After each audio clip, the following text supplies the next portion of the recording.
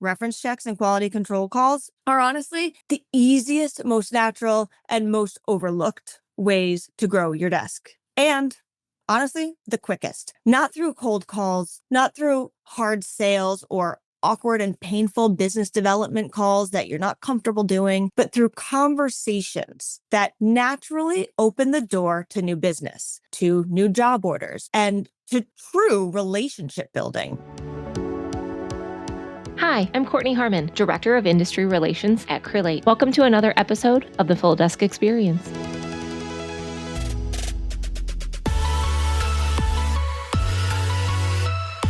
Hey everyone, in case you missed it, we recently hosted a live virtual event, and it was one for the books. We brought together some of the best thought leaders in the recruiting and staffing industry for 2 full days of real, no-fluff conversations and what's actually working right now. From building trust with clients, to using AI without losing your edge, to growing revenue through relationships. These sessions were absolutely incredible, and we didn't want you to miss out. So we turned every single session into its own episode. And over the coming weeks, we're dropping them one by one right here. Each episode is a standalone session from the event. So whether you're tuning in for the first time or you were there live and you want to revisit all of your favorites, there's something for you. Stay tuned. You're going to want to hear from every single one of our speakers. Trust me. Enjoy. Today, obviously, Jamie Lupo is here. You're going to hear from Kim Henderson, Trisha Tamkin, Maya Hubner, Donnie Gupton, Chris Heston, and then we close it with a roundtable today. That roundtable is people that are running firms and operations leaders and VPs, and I apologize if you hear my dogs barking. So you get to hear from all those people today, and I'm so excited to kick this off. So Jamie she's joining us. She's starting us off strong with someone who has spent 18 years inside of LHH, one of the world's largest talent solution organizations, trained thousands of recruiters, rebuilt struggling offices, and turning flat years into record-breaking ones. So now, as the founder and CEO of Lupo Advisory, Jamie takes that institutional knowledge directly to agency owners and recruiters who want to scale their desk without burnout. So Jamie's sessions today is around a premise that sounds almost too simple. You can grow your commissions through sales easily and organically. And she's going to show you exactly how. We're going to talk through this, real frameworks, process control, candidate qualifications. So if you've been grinding harder without growing faster, you need to hear this. So do me a favor, connect to Jamie on LinkedIn. And Jamie, thank you so much for spending your morning with us here today. Thank you. Thank you so much. And good morning, everyone. Good morning. I'm going to jump off. So I'm going to let you talk. Anybody who has questions for Jamie while she's talking, throw them in the chat. Jamie, you can answer them as they come, or at the end, I can jump on and we can talk through those. But keep your questions ready so we can make this interactive. Jamie does not have a slideshow. She's just going to talk to you today. So Jamie, kick it off. I'll be back. Thank you, Kortney. Thank you. Thank you. Good morning, everyone. Hi, Mom. Thank you all for joining me this morning. I don't know if you're all on East Coast time. If you're on West Coast time, extra thank you. This conference has been so good so far, and I'm honestly just truly thrilled and quite honestly honored to be kicking off day 2 with you all. So thanks. Kortney gave me a great intro. But for those that I haven't met, I'm Jamie Lupo. As Kortney mentioned, I recently founded my own company where I consult with small to mid-sized staffing firms who may not have the resources or honestly the bandwidth, but absolutely understand the value and the need for continued strategy, training, coaching, leadership development, operations and process improvement, and all that kind of good stuff for their teams. I've been in staffing for over 23 years. I spent 18 of those at, as Kortney said, at LHH, one of the largest global staffing firms. Shout out, they are the best. Where I started there as a recruiter, then I moved on to a sales rep, then onto a manager, and then finally into a strategy where I partnered with teams and leadership to help grow, help identify revenue opportunities, and honestly rebuild offices across the country. And over that time, I watched thousands of desks succeed and sadly, thousands quietly stall. And one thing kind of always stood out. It was that most teams believe that their biggest problem is sales. And they're not always wrong, but they think they need, better emails, better cold calls, better pitch decks, more leads, more marketing, more tech, more. And while that is absolutely a piece of the puzzle, I don't think it's the full picture. And so since this whole conference is all about the relationship powered revenue engine, that is exactly what's missing in their sales, the way that we build and ultimately leverage relationships. I think most recruiters are sitting on probably the two most valuable pieces in staffing, in staffing sales, and completely wasting it.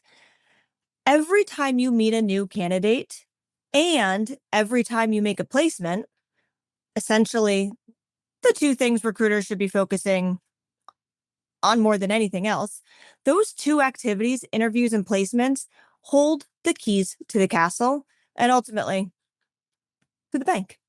But so we're going to cover references and quality control calls, but not in the way you're used to. I promise what I teach you today, you are not doing with your teams or leveraging these activities in the ways that I'm going to teach you today. I think what we all know is with these calls, you gain instant credibility with the hiring manager and with the candidate. They trust you. They're grateful. They're open. And what kills me is thinking about what most recruiters do with these opportunities. They send a quick email that says, just checking in to see how things are going. Or they make a 30-second call that sounds like a painful formality for honestly everyone involved. But those moments, reference checks and quality control calls, are honestly the easiest, most natural, and most overlooked ways to grow your desk. And honestly, the quickest. Not through cold calls, not through hard sales or awkward and painful business development calls that you're not comfortable doing, but through conversations that naturally open the door to new business, to new job orders, and to true relationship building.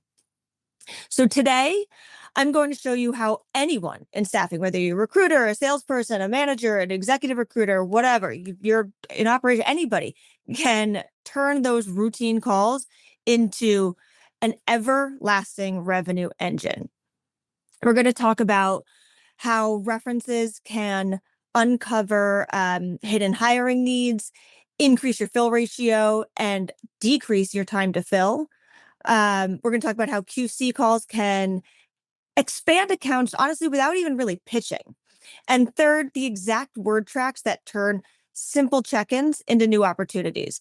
Something that's really important to me is making sure that people can walk away from this with real word tracks and real actionable things to take to their desk immediately. So at the risk of being the bearer of bad news, if you're waiting for clients to call you with their next job order, you might end up waiting a very long time. It's not 2020 when job orders were just falling out of these magical money trees like we had for a bit. And winning teams, I think, have really returned to what's always worked, which is the hunting and the farming for buyers. But, well, that's the bad news. The good news is if you learn how to leverage these relationships that you already have, you'll never run out of business. So I want to start off by sharing a story. As I mentioned, I started as a recruiter and organically grew into a salesperson, sort of unbeknownst to me. So early in my career, I was, as a recruiter, sitting at my desk in this, massive global staffing firm, minding my own business. And one of our VPs was in town, and she comes up to my desk and whispers to me that, so Jamie, I just got the most recent revenue rankings and you're number one. You're the number one recruiter in the entire company. So if you're in a staffing firm, every year you typically have, we called it All Stars, others call it President's Club. And, you go and everybody, they have their big gala night when the awards come out. And I was going to be the girl. I was going to be the girl on the stage doing my Taylor Swift moment of oh my God, me? I didn't know. Thank you. And so we're sitting there at the table and I'm so excited. So when all the recruiters who earned their way to this amazing all expense paid company trip make their way up to the stage, I was going to be the one. I was going to be told I was the best. And that all of my hard work, honestly, it hasn't been for nothing. I lived for that stuff. And so I was so excited. And they bring up all the recruiters and they don't call my name. And I'm like, what the? And so I'm at this table in my little gown and I turn to my boss and I'm mouthing every expletive you can imagine. I'm looking at him like, and he's just like, I don't know. He's just panicking. So next, they call up all of the salespeople and my name is called and I'm brought up to the stage for that one. And I'm like, what the heck? There must have been, a glitch in the matrix or a spreadsheet crossed over or just a typo or whatever it is. And I didn't get my Taylor Swift moment because I wasn't the number one salesperson. I was the number one recruiter. And so I was just so confused. And I, made sure to make my boss's life hell for the rest of the trip. But but as we get back to New York, my boss and the VP at the time pull me into an office and they pull out my reports of my revenue and they say, take a look at this. Do you notice something here? And what we noticed was that my sales revenue had surpassed my recruit revenue. And without me even noticing that I was just organically selling by, I'm talking to clients all day, every day as a recruiter, but I'm actually still skill marketing and doing all the things that you do. And unbeknownst to me, I had grown my revenue so much that I was now a salesperson. So I want you to keep that story in mind while we're working together this morning. And I'm going to start now with my references strategy, because that's honestly what I'm most passionate about. And I just love them so stinking much. And then we're going to end with the QC call strategy. So references. I think it is very fair to say most recruiters hate, if not dread, references. They see them as an administrative task. They wait until the last minute to sort of like check the box. Honestly, if we're even doing them at all. References are what got me from good to great. They got me from a 300K desk to a 700K desk in a recession. They were probably the most calls I made in production in all of my roles, sales and recruiter. And I was a recruiter my practice area was HR, supply chain, admins, that kind of thing.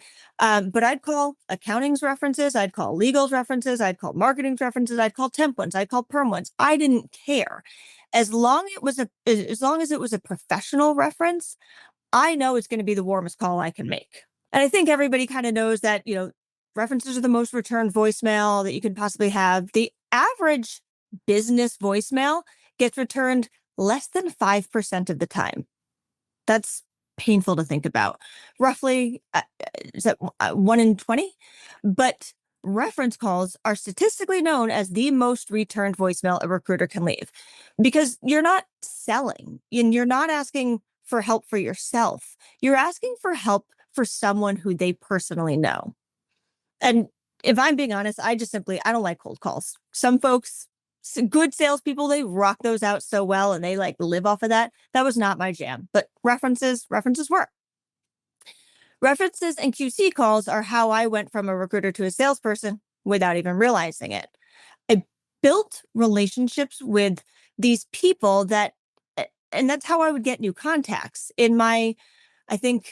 In production at that company, I was in like production for like 10 years. I was with them for 18. I was a seven-time in a row all-star, President's Club, whatever you want to call it, participant. And I've never once used Zoom Info. I have no clue what that site even looks like. I've never used Demandbase. I've never used any sales contact database. I've never even used LinkedIn Recruiter. My candidates have all the existing contacts I need to mushroom my accounts. I attribute all of my sales success solely to QC calls, asking for referrals, and references.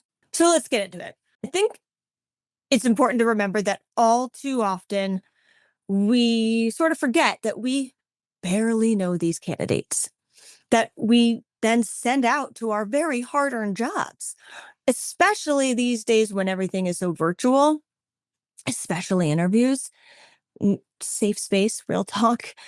I think at best we're having 20-minute phone conversations with essentially strangers. And then we're out there matching them to jobs and trying to get fills. But we have no clue about them really, other than what they told us. And they can tell us whatever the hell they want, quite honestly. But it's up to us to verify their skills before we go out there and sort of, stamp our name on their efficacy. So one of my favorite word tracks that I use with candidates to actually get references from them with no pushback, because that is a huge, piece of the puzzle as well. I always say most people, this is me pretending I'm on a phone, most people are not comfortable talking or bragging about themselves. And that's normal. Plus, I've only known you for about 20 minutes, but your past manager has known you for 3 years, let's say. That is who we want helping us speak about your work quality and your skills on your behalf. But pause. What if their last manager was from like a brief temp job and they're like, oh, they barely know me. They don't know me for that long. It's not going to work. And they've, only known them for 3 weeks, 3 days, 3 months. I mean, we all know that's even better. And so the word track I will say to them is I'll say the exact same thing, except with this twist. I will tell the candidate that person can speak to how you jumped in and completed the project under the deadline, or how quickly you picked up their internal database. So the candidate now sees the value in sharing names and starts really honestly offering more than I even needed in the first place. And that obviously only helps me and my team with more sales opportunities. And so a quick side note, if a candidate, after me being that kind of honest and transparent with them, if they're still being a little sketch after all that about giving me names and numbers, to me, that's a huge red flag. And they just helped me realize that I really need to proceed with caution on this one. And that's a win-win in my book. So I use references to increase what I call selling off the desk and, selling as a recruiter in 2 ways. One, if they were a temp, that's an immediate lead call that I'm making disguised as a reference. And we're going to get into the word tracks there. And then the second way is if they were not a temp, but it's a regular old reference from a long-term manager. That's how I'm building my own sales contacts with almost zero chance of, stepping on toes of any other sales colleagues, because that's where it can kind of get messy when we're trying to get recruiters to do sales, or if they're not comfortable with it and they want to pass it off to a salesperson, that they're afraid of stepping on each other's toes. But typically, I would say, I mean, don't quote me on this, but like 90% of the time, they're all brand new contacts. So I mentioned 2 ways. Let's start with the first one. A true sales call, a lead disguised as a reference. So references can take a lot of time and recruiters are wicked busy. So I always suggest changing your approach. I think all too often we call the reference, we go through all the questions, and then we spin it into a sales call. And by that time, the contact is so over that call. We've had them on the phone for, anywhere from like 10 to 20 minutes already. They gotta go. And this is frustrating for you. When our candidate's reference is also a competitor lead, I do not call and get the actual reference info. Why? Because after that 10 to 20 minute call, and then I say, I wouldn't be doing my job if I didn't ask, when was the last time you worked with a staffing firm? Which is what everybody says. They're going to lie to me. They are. They're going to lie to me and they're going to say that they don't use staffing firms just to get off of this godforsaken, never-ending call. And honestly, now I'm annoyed and frustrated. And low-key, I probably never want to try that sales call again. So if I'm trying to get, a recruiter to dabble in to do some more sales because we need to grow revenue, and I ask them to do the reference call and it's a warm call and blah, blah, blah, and they do it the old traditional way, you're not going to get them to really want to make that call again. So I changed my approach and I changed the approach with the teams that I work with, and it is flawless.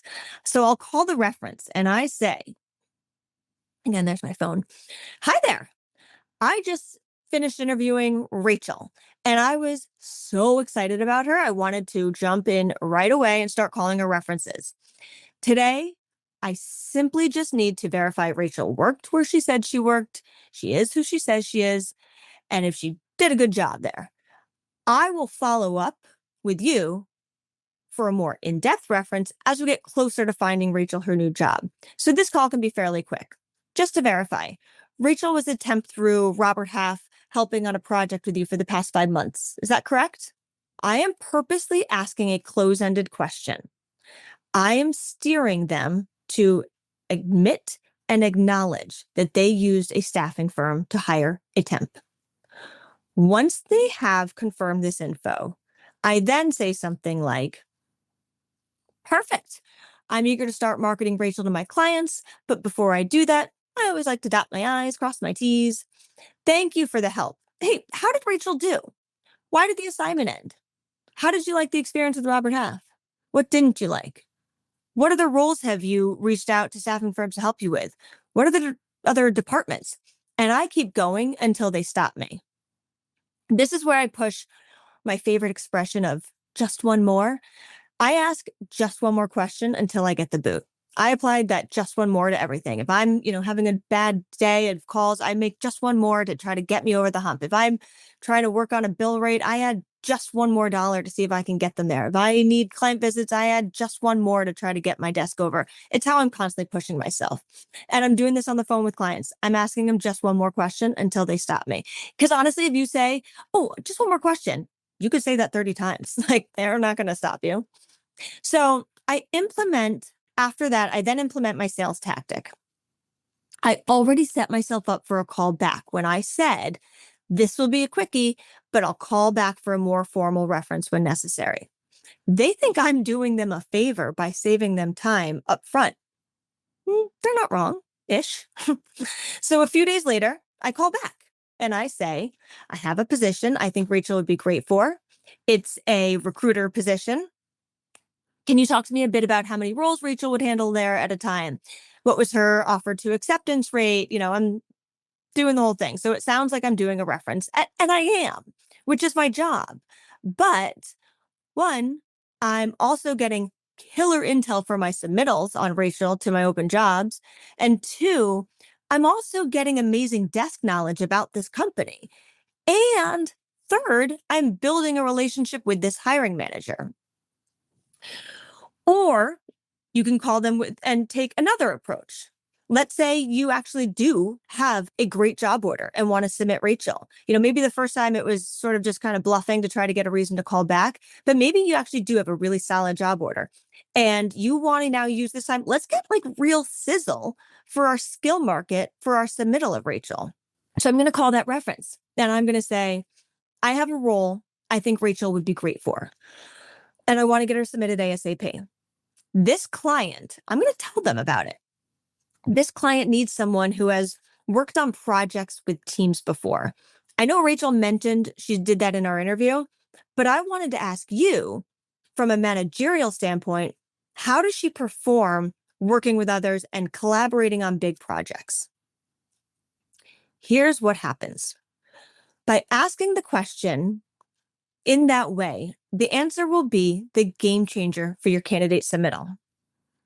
So let's say you're working on this order, or they have to work in projects against other agencies. Another recruiter will submit a submittal that says something like, Rachel has experience working with teams on projects. Great. Yours is going to say, I spoke with Rachel's last manager this morning about her experience working on projects with a team. And he said she truly shines in group collaboration. She's great at the brainstorming part, but was also crucial when it came to keeping everyone on task and assigning deadlines to ensure they hit their target. And because of Rachel, they finished their project 2 weeks ahead of schedule. That's a game changer. That is what will turn submittals into starts. If you've got a job where a client isn't getting back to you, it's not usually because they're so busy. It's usually because your candidate didn't speak to them. The submittal wasn't enough. And if that's what's happening to you, call that candidate's reference, get that information and get it to your contact. That is what will revive these lost orders. It is how you will fill more jobs and how you will increase your fill ratio and decrease your days to fill.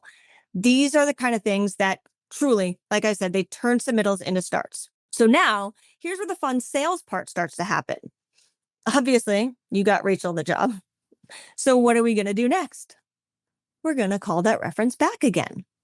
And you say, Thank you so much for taking the time to talk to me about Rachel's experience. It was worth it because she starts a new job on Monday. I'm so excited for her. She's thrilled, and she knows that this would have never happened so quickly if it wasn't for your help.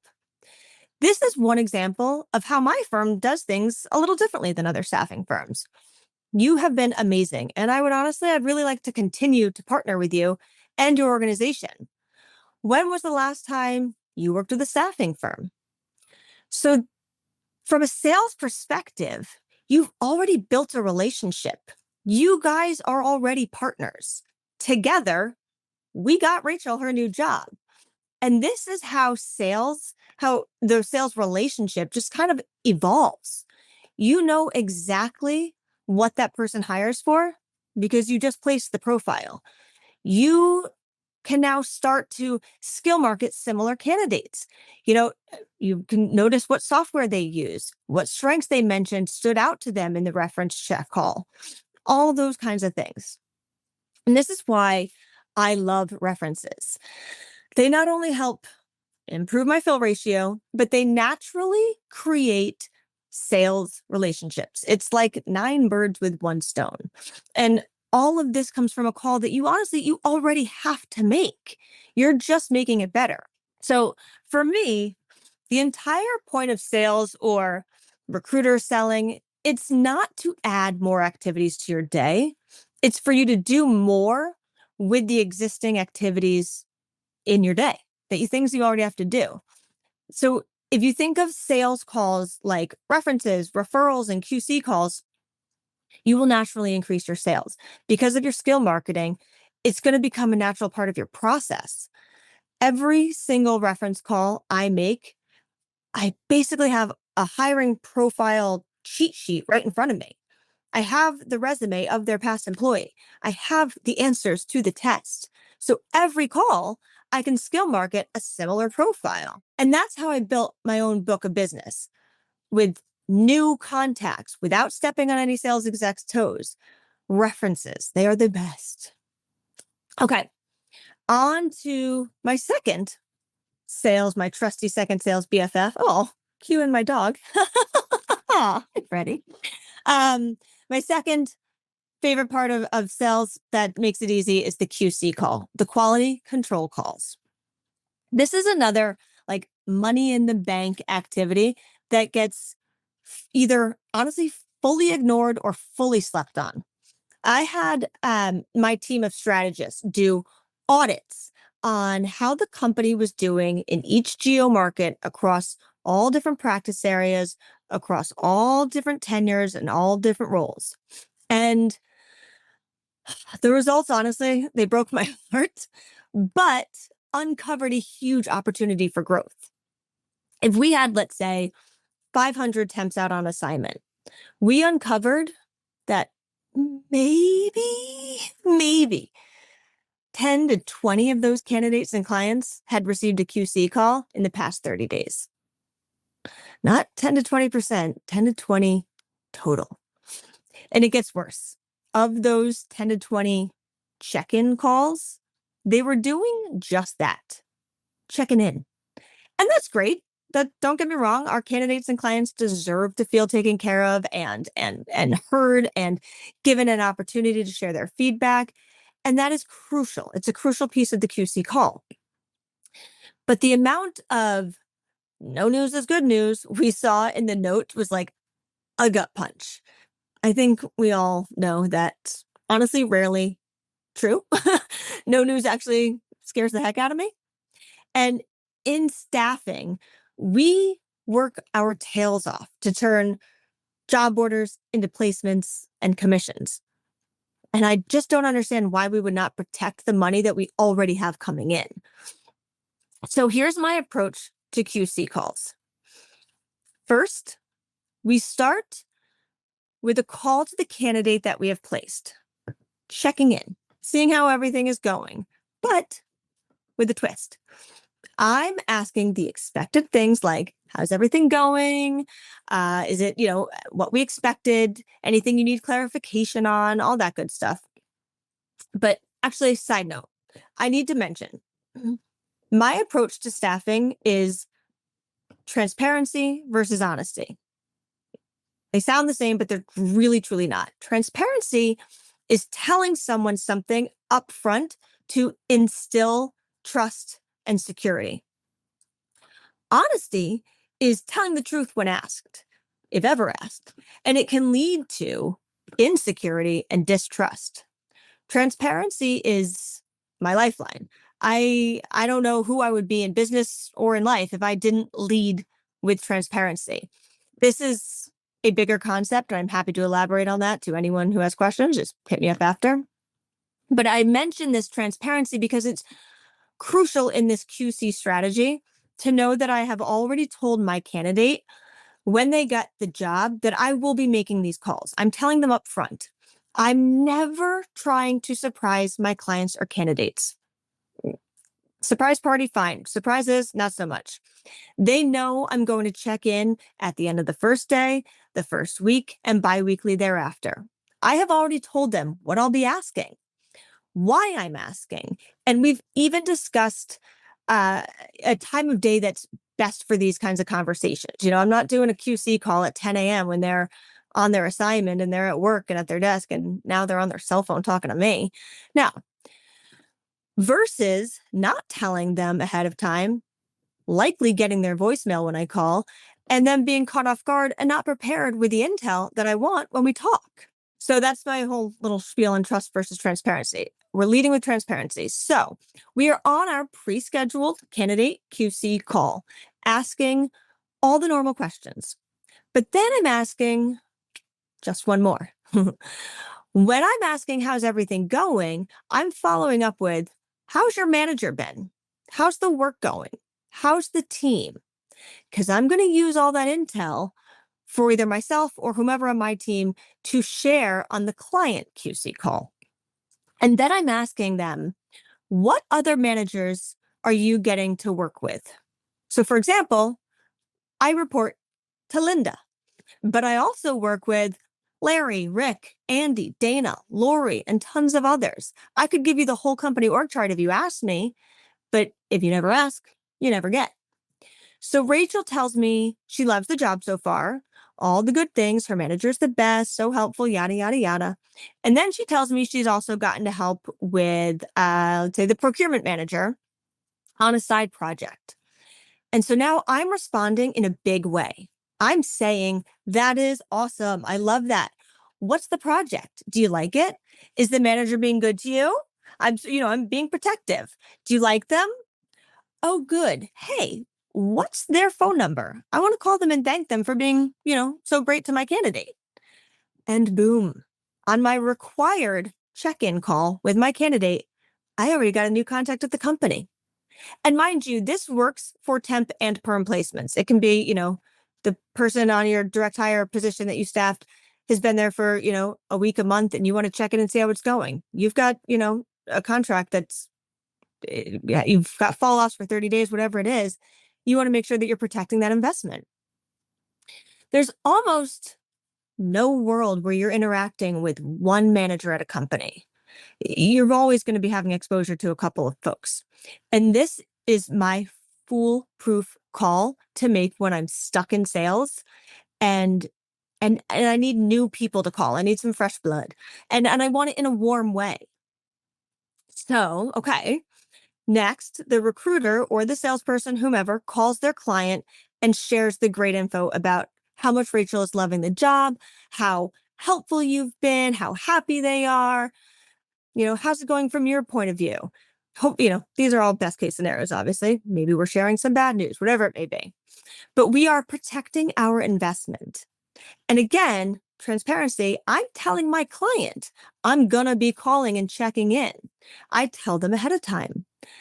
I'm telling them exactly that the last thing I want is for you to be frustrated or, suffering in silence until you're so over it that you want to fire my person. Or even worse, God forbid, I didn't check in because I don't want to be annoying. And then some other agency calls and you're like, yeah, actually, I have someone I think I need to get let go of. And then I've lost your business entirely because I was too scared to check in and I didn't want to bother you. So these calls are, I'm telling my client, these calls are your time to tell me what's working or what's not working so I can fix it for you.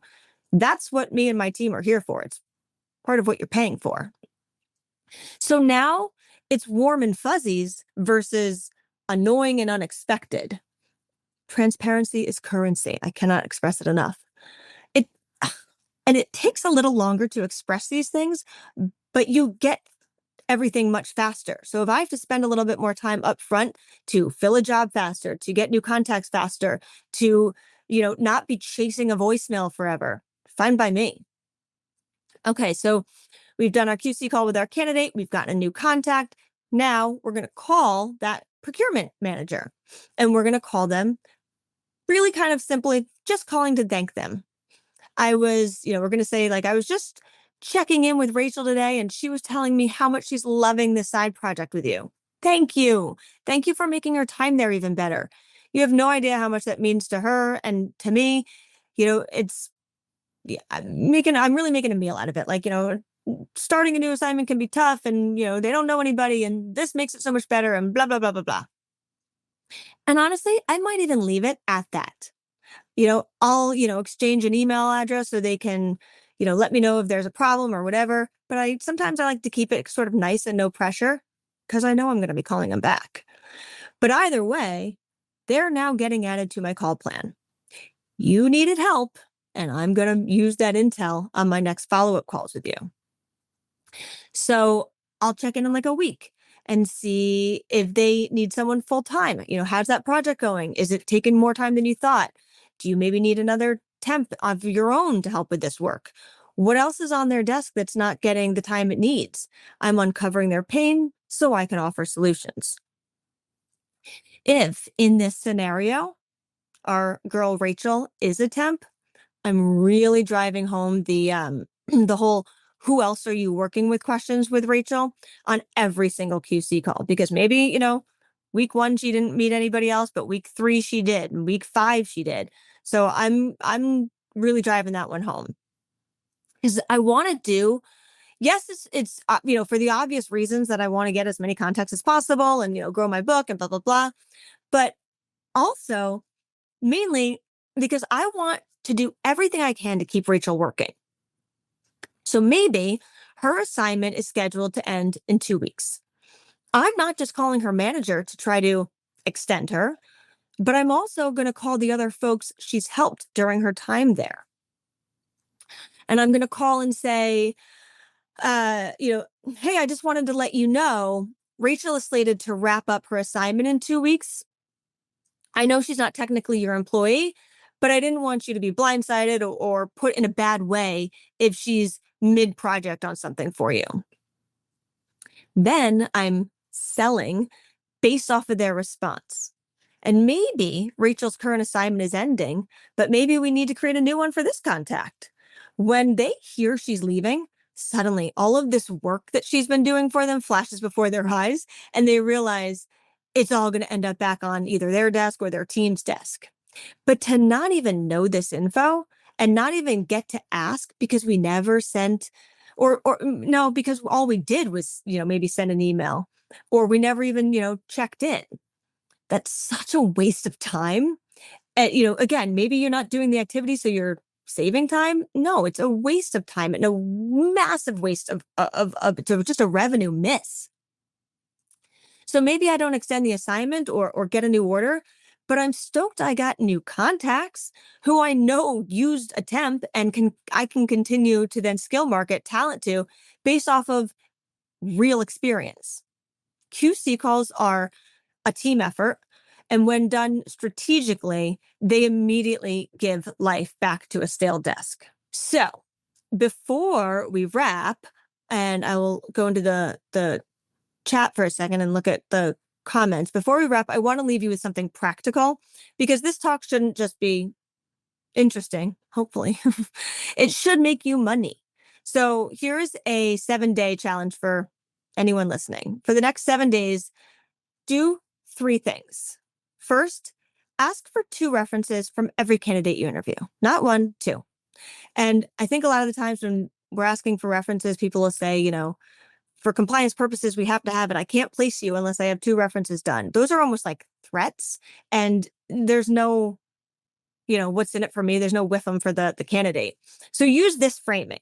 The one I mentioned earlier. I've only known you for about 30 minutes, but your manager has known you for years. That's the person who can really help speak to your unique strengths.